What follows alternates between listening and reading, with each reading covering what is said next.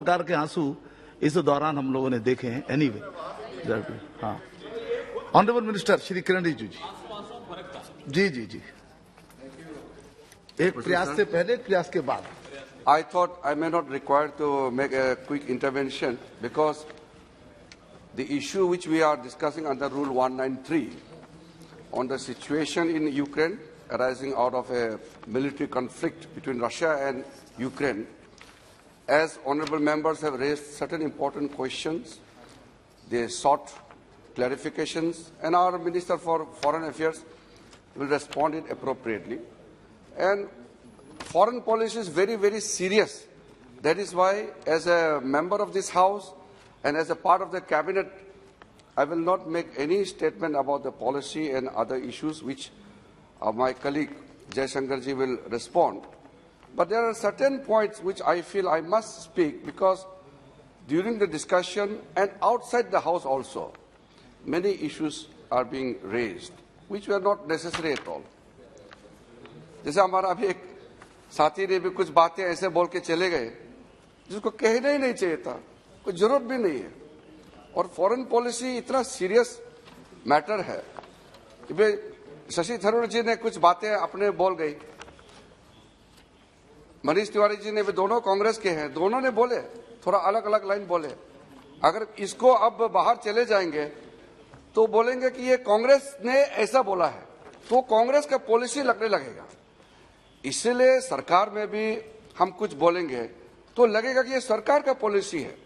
इसलिए इसमें दो आवाजें फॉरेन पॉलिसी को लेकर के नहीं उठना चाहिए। और कभी कभी ऐसा भी हो सकता है कि एक मेंबर ने कुछ बात कहे और इंडियन पार्लियामेंट में ऐसा बात कही है तो देश के छवि में भी वो असर पड़ता है। इसलिए मैं समझता हूं कि कुछ बातें हैं, कुछ पॉलिसी है जिस पे हम एकजुट होना चाहिए। बहुत सारा सदस्यों ने कहा है कि फॉरेन पॉलिसी में तो हम एकजुट होना ही चाहिए। ये जो यूक्रेन क्राइसिस का, जैसे मैंने कहा, जिक्र तो हमारा डिटेल में फैक्ट्स, फिगर्स, पॉलिसी मेरे colleague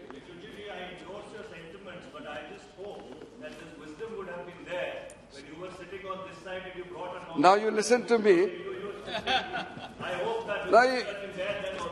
Yes, exactly with that spirit, I am going to make a quick intervention, not more than 7-8 minutes. Sir अध्यक्ष जी, आपने अभी सुना है, कई बातें कही हैं, तारीफ भी किया और तारीफ करते करते फिर ये कहते हैं कि आपने इतना अच्छे स्टंपिंग क्यों किया, क्लेम क्यों किया। जब एडवाइजरी इशू हुआ तो फिर आप बोलते हैं एडवाइजरी इशू नहीं किया। हम बताते हैं कि एडवाइजरी किया है, फिर आप बोलते हैं क्यों क्लेम करते हैं।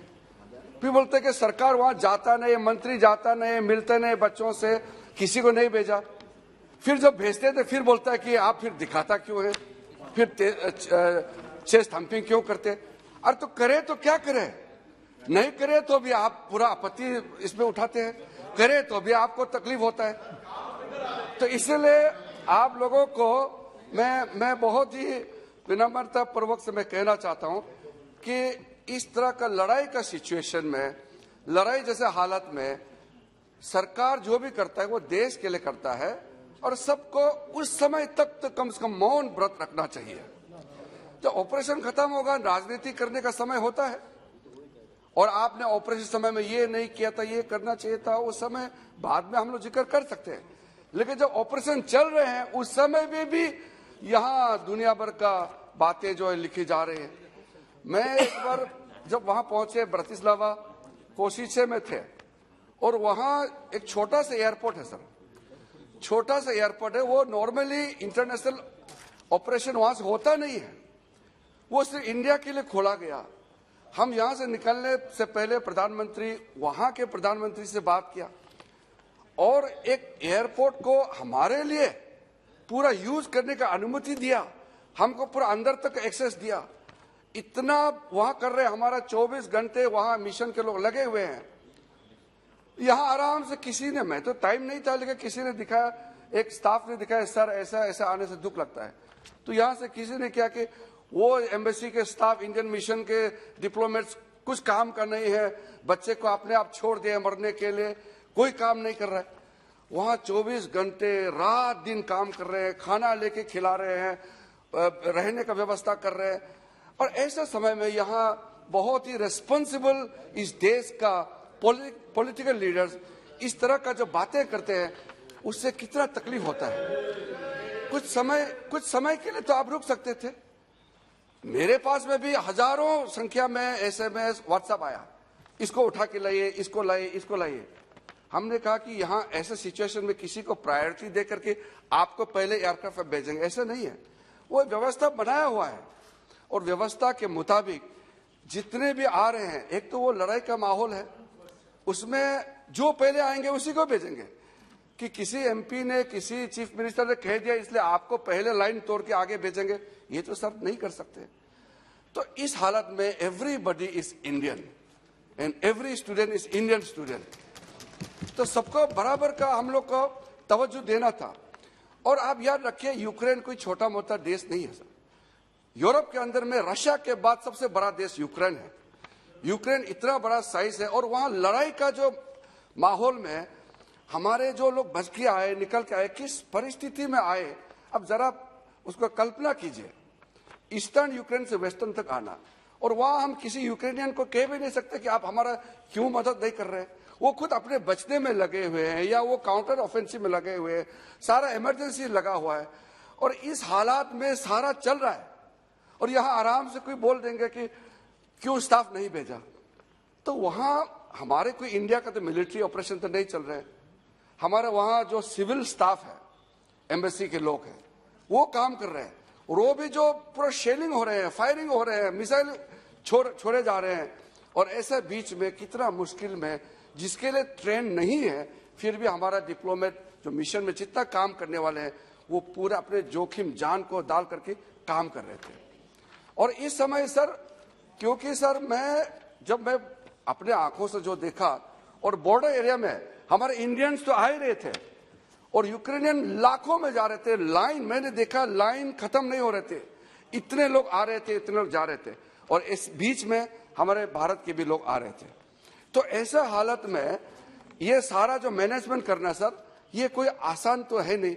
इसलिए आप लोगों ने, कई लोगों ने तारीफ किया, प्रधानमंत्री जी की तारीफ किया, भारत सरकार के एफर्ट को तारीफ किया, ये अच्छी बात है।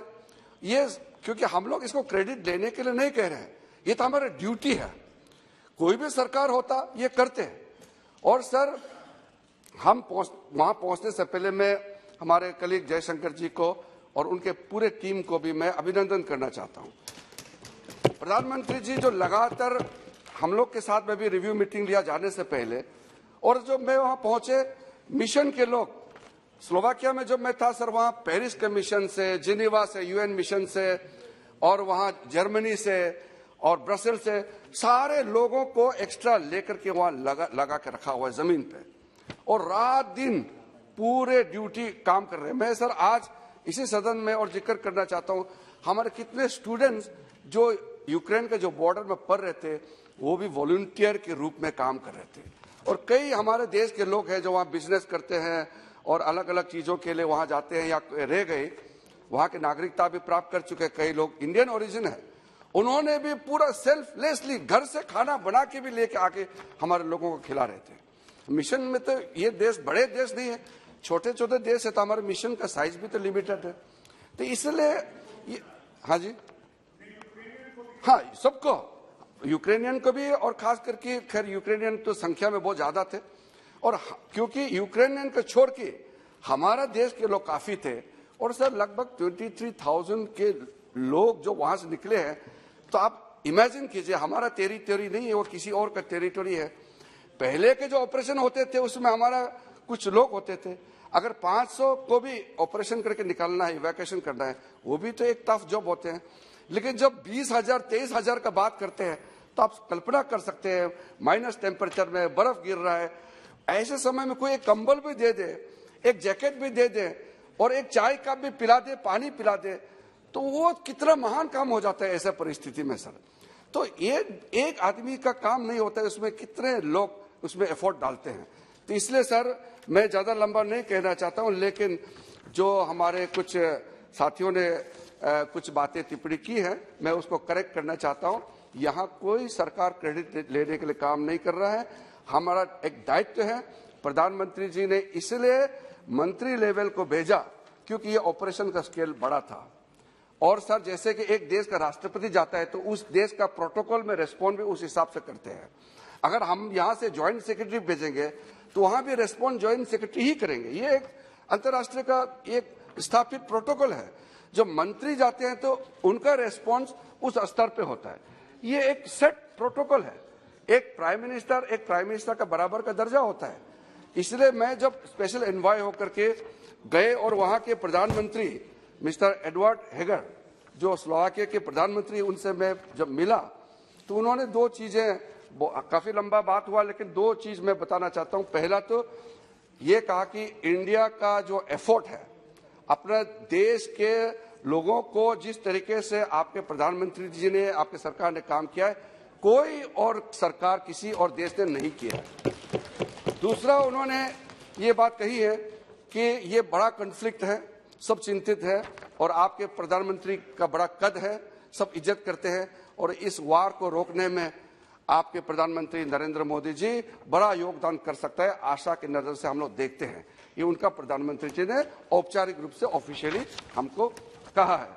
इसके अलावा सर, मैं धन्यवाद देना चाहता हूं वहां के पूरा टीम, वहां के पूरा डिजास्टर मैनेजमेंट के टीम, वहां के फॉरेन अफेयर्स के, वहां के जो सिक्योरिटी स्टाफ, एयरपोर्ट के जितने भी लोग हैं सर, इनको, क्योंकि मेरे पास सूची है लेकिन नाम लेने से लंबा हो जाएगा, लेकिन मैं सबको भारत सरकार की ओर से, इस हमारे जो संसद है इसके ओर से, हमारे इतने हजारों हमारे बच्चों को, भारत के बच्चों को लाने में जो जो मदद किया, सबको मैं धन्यवाद देना चाहता हूं। और अंत में सर, ये इम्पोर्टेंट जो चर्चा आज हुई है उसमें बिना राजनीति लिए हुए मैं फिर से जितने मेंबर्स ने पार्टिसिपेट किए हैं आपको धन्यवाद देना चाहता हूं। आखिरी में, क्योंकि हमारा एक वो मेंबर ने कह गई है, इसलिए श्याम जी, जो अच्छा नहीं कहना चाहिए था लेकिन उन्होंने कहा कि भारत जमीन टुकड़ा टुकड़ा करके चाइना को दे दिया, इस तरह का बातें सदन में नहीं कहना चाहिए। सर, सबको मालूम है कि जो भी हमारा जो क्लेम टेरिटरी चाइना के कब्जे में या पाकिस्तान में, ये अभी का नहीं है, उस जमाने का है। मैं किसी का नाम लेके कहना नहीं चाहता हूँ। नरेंद्र मोदी जी जब से प्रधानमंत्री बना है 1 इंच हमारा जमीन गया नहीं है। मैं अरुणाचल प्रदेश से आता हूँ, जहाँ किसी एक टेलीविजन वाला ने बदमाशी किया, एक विदेशी वेबसाइट से लेकर के कहा कि यहाँ चाइना ने अरुणाचल में आकर के बस्ती बनाया, गांव बनाया। ये गलत है। जो बनाया, गांव बनाया, वो 1959 में चाइना उस समय ऑक्युपाई किया था।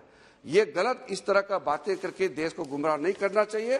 और साथ में 2013 में एंटोनी साहब जब डिफेंस मिनिस्टर था, उन्होंने सार्वजनिक रूप से इस सदन में कहा है बात को कि भारत का पॉलिसी कि बॉर्डर एरिया में रास्ता नहीं बनाना, इंफ्रास्ट्रक्चर नहीं बनाना, ये भारत का पॉलिसी रहा है, ये गलत रहा है। उस पॉलिसी को नरेंद्र मोदी सरकार बदलने का काम कर रहा है और हमारा बॉर्डर सिक्योर्ड है। मेरे राज्य अरुणाचल प्रदेश, जहां से मैं चुन के आता हूं, वो भी 100% सेफ एंड सिक्योर्ड है। Thank you. Shri Abdul Samad Samadhan ji.